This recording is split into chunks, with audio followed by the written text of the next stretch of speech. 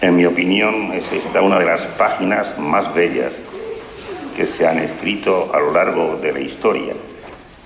Y la verdad es que siente uno un tanto de miedo el intentar comentarla para no estropear toda su belleza y toda su hondura.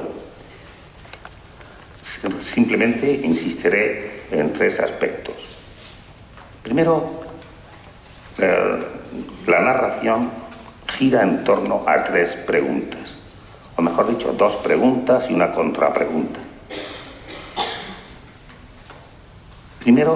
Primera pregunta: ¿qué tengo que hacer para salvarme, para heredar la vida eterna? Una pregunta que tiene sentido. Jesús le hace ver que ya la sabe, la contestación.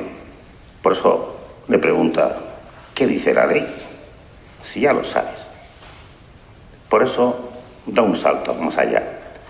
La respuesta es tomada del libro de Deuteronomio: amarás al Señor y amarás al prójimo. Es decir, de entre las 2 grandes maneras de estar en el mundo, yo abierto al exterior o cerrado sobre mí mismo, la única que me lleva a la vida es la que me hace ser persona abierta, persona que se siente conectada con el exterior, no aquel que vive con el ande yo caliente y ríase la gente, sino que no vive replegado sobre sí mismo, cargado de espejos para seguir mirándose exclusivamente a sí mismo. Es la salida al exterior, el volcarse al exterior, tal y conforme estamos fabricados. ¿Qué son nuestros sentidos sino puntos de contacto con el exterior? ¿Para qué los necesitaríamos si no nos importa lo que ocurre fuera? Por eso aquel hombre dice: bueno, sí, parece que metió la pata porque ya sabía la respuesta. Pero, ¿cuál es mi prójimo? La segunda pregunta. Era pertinente la pregunta.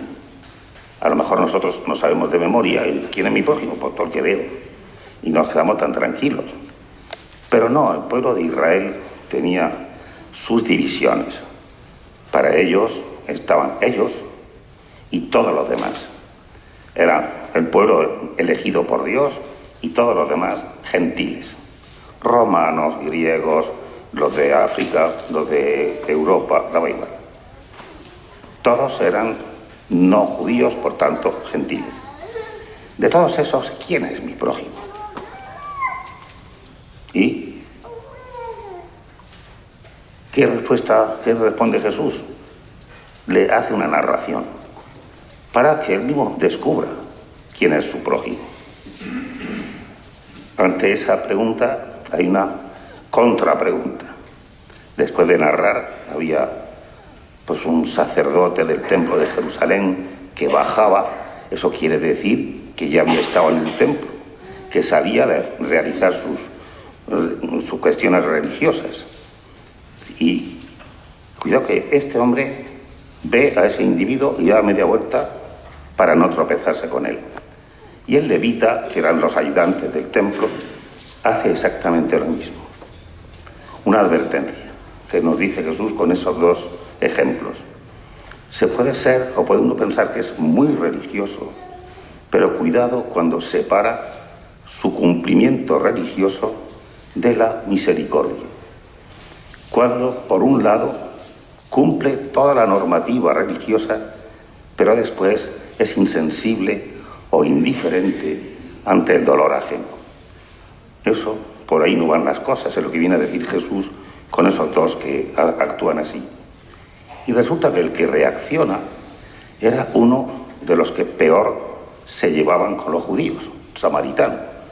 Como poblaciones cercanas siempre se enfrentan un poco. Los samaritanos eran considerados, los más mayores quizás os acordaréis, como hace años, como veíamos a los protestantes. Era como gente distinta, gente separada, gente medio condenada.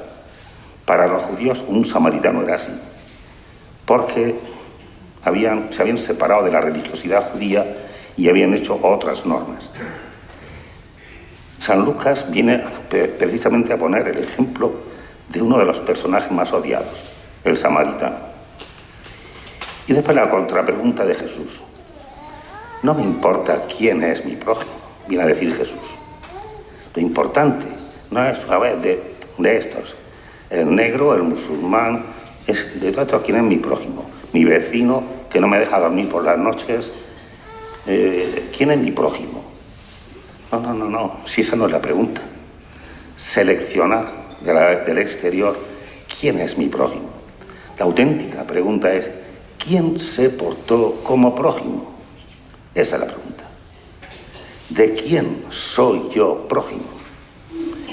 Es como a veces los chicos jóvenes que se quejan de que no tienen amigos. Digo, esa no es la pregunta. La pregunta es ¿de quién eres tu amigo? ¿Cómo actúas tú? ¿Cómo te acercas tú al otro? ¿En qué actitud? La pregunta de Jesús es perfectamente coherente. ¿Quién actúa como prójimo? ¿Quién es indiferente y quién es sensible al dolor ajeno? Y después un consejo final. Ve y haz tú lo mismo. No ve y piensa así, sino haz lo mismo. Jesús es muy práctico y se va al verbo hacer. Actúa así, compórtate así.